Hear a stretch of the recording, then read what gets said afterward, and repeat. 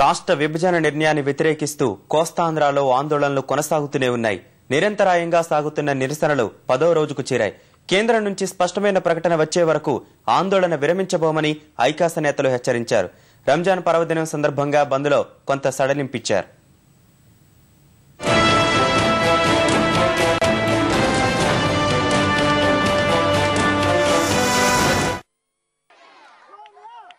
సమైక్యాంధ్రకు మద్దతుగా శ్రీకాకుళం జిల్లా సర్బుజ్జిలి మండలంలో నిరసనకారులు జాతీయ రహదారిపై వంటవార్పు నిర్వహించారు. ఉపాధ్యాయ ఉద్యోగ సంఘాలతో పాటు స్థానిక పాఠశాలల విద్యార్థులు ఇందులో పాల్గొన్నారు. రాకపోకలకు అంతరాయం కలిగింది. నగరంలోని 7 రోడ్ల కూడలి వద్ద సమైక్యవాదులు హోమం నిర్వహించారు. జిల్లా పరిషత్ ఉద్యోగుల ఐకాస భారీ ప్రదర్శన చేపట్టింది. విజయనగరంలో తెలుగుదేశం ఆధ్వర్యంలో కొవ్వొత్తుల ప్రదర్శన జరిగింది. కొత్త వలసలో విద్యార్థులు, ఉపాధ్యాయులు, న్యాయవాదులు, వ్యాపారులు ఆందోళన కార్యక్రమాలు చేపట్టారు. కేసీఆర్, సోనియా గాంధీలకు వ్యతిరేకంగా నినాదాలు చేశారు.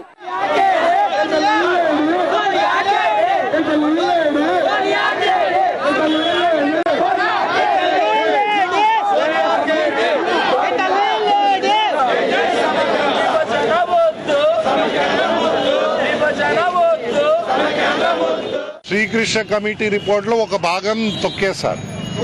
నెట్ పైన ఒక భాగం పెట్టారు. ఏం మీరు తమాషా ఆడుతున్నారు? ఈ తమాషా మంచిది కాదు, జాతికి మంచిది కాదు, దేశానికి మంచిది కాదు. ఇప్పటికే 16 రాష్ట్రాల డిమాండ్ వచ్చేసింది కదా దేశంలో.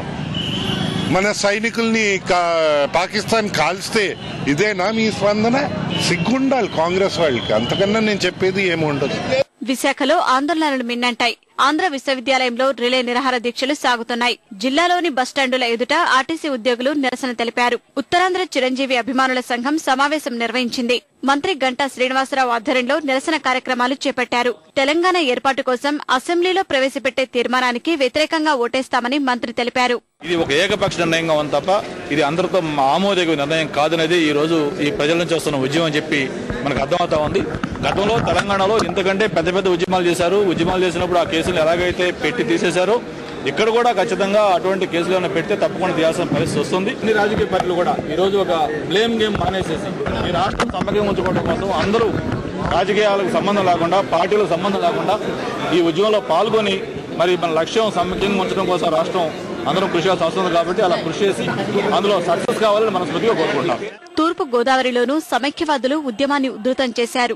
వాణిజ్య, వ్యాపార సంఘాలు సహా విద్యార్థులు ఆందోళన కార్యక్రమంలో పాల్గొన్నారు. పశ్చిమ గోదావరిలోని ఏలూరు, భీమవరం, తణుకులో నిరసనలు మిన్నంటాయి. పాలకాడేరులోని 216 జాతీయ రహదారిపై రాస్తారోకో నిర్వహించడంతో వాహన రాకపోకలకు అంతరాయం ఏర్పడింది. అన్ని వర్గాల ప్రజలు వివిధ రూపాల్లో నిరసనలు తెలిపారు. కేంద్రం తీరును ఎండగట్టిన విద్యార్థి సంఘం నేతలు విభజన నిర్ణయాన్ని వెనక్కు తీసుకోవాలని డిమాండ్ చేశారు.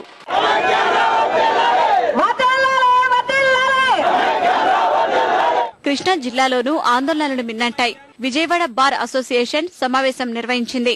భవిష్యత్ కార్యాచరణను నేతలు ప్రకటించారు. సీమాంధ్ర ప్రజల హక్కు కోసం ఎంతకైనా పోరాటం చేస్తామని ఐకాస ప్రకటించింది.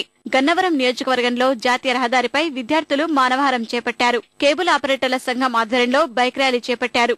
మానికొండలో వల్లభనేని వంశీ ఆధ్వర్యంలో నిరసన కార్యక్రమాలు జరిగాయి. వాణిజ్య సంఘాలు సైతం సమైక్య ఉద్యమంలో పాల్గొన్నాయి. గుంటూరు జిల్లాలో విద్యార్థులు, మేధావులు, మహిళా సంఘాలు, ప్రజా సంఘాలు ఐక్యంగా భారీ ఆందోళన చేపట్టారు. ఇప్పటికైనా కేంద్రం వైఖరిని మార్చుకోవాలని నేతలు డిమాండ్ చేశారు. ప్రకాశం జిల్లాలోనూ ఆందోళనలు కొనసాగుతున్నాయి. మార్కాపురంలో విద్యార్థి సంఘాలు ఆందోళన చేపట్టాయి. నెల్లూరులోని అఖిలపక్షాలు నిరసన ప్రదర్శన చేపట్టాయి. అన్ని పార్టీలు విభజనకు అనుకూలంగా లేఖలు ఇచ్చాకే కాంగ్రెస్ పార్టీ తన వైఖరి తెలిపిందని ఎమ్మెల్యే ఆనం వివేకానందరెడ్డి అన్నారు. విభజనపై పెద్ద ఎత్తున ఉద్యమం జరుగుతున్నా చంద్రబాబు, విజయమ్మ వైఖరిలో మార్పు రాలేదని మండిపడ్డారు. పార్టీలకు అతీతంగా ఉద్యమిస్తేనే ఆంధ్రప్రదేశ్ సమైక్యంగా ఉంటుందని రాజకీయ ఐకాస స్పష్టం చేసింది.